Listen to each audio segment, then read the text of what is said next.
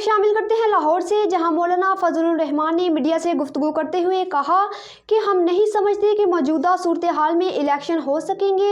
Election चंद दिन मुअख्खर हो जाएं तो कोई हर्ज नहीं। फायरिंग का वाकया अमन व अमान से मुतल्लक सवाल उठा रहा है। महर लियाकत अली की रिपोर्ट। हम नहीं समझते कि इलेक्शन हो सकेंगे। उल्टा ये होगा कि अगर मौसम की वजह से हो या अमन व अमान की वजह से हो, टर्न आउट कम हो जाएगा।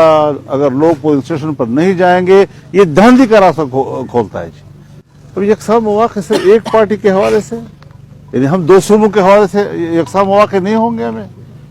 अगर पंजाब में लोगों को पुरअमन माहौल मिल रहा है या सिंध में लोगों को पुरअमन माहौल मिल रहा है, तो क्या हमारे पश्तूनख्वा या हमारे बलोचिस्तान के लोगों का यह हक नहीं है कि आप हमें यकसा मौके दें? इलेक्शन का हम मुतालबा करते हैं, इलेक्शन होने चाहिए, इलेक्शन लाजिमी है, आईन का तकाजा है। और हमने तो तहरीक उठाई थी 2018 के इलेक्शन में धांधली की वजह से जी। लेकिन इलेक्शन दिए जाए और इलेक्शन का माहौल भी दिया जाए। ये नहीं कि हमें इस तरह छोड़ दिया जाए कि हम सुबह से शाम तक सोचते रहें। हम भी फिक्रमंद हों कि भाई शाम तक घर वापस आ सकेंगे या नहीं आ सकेंगे।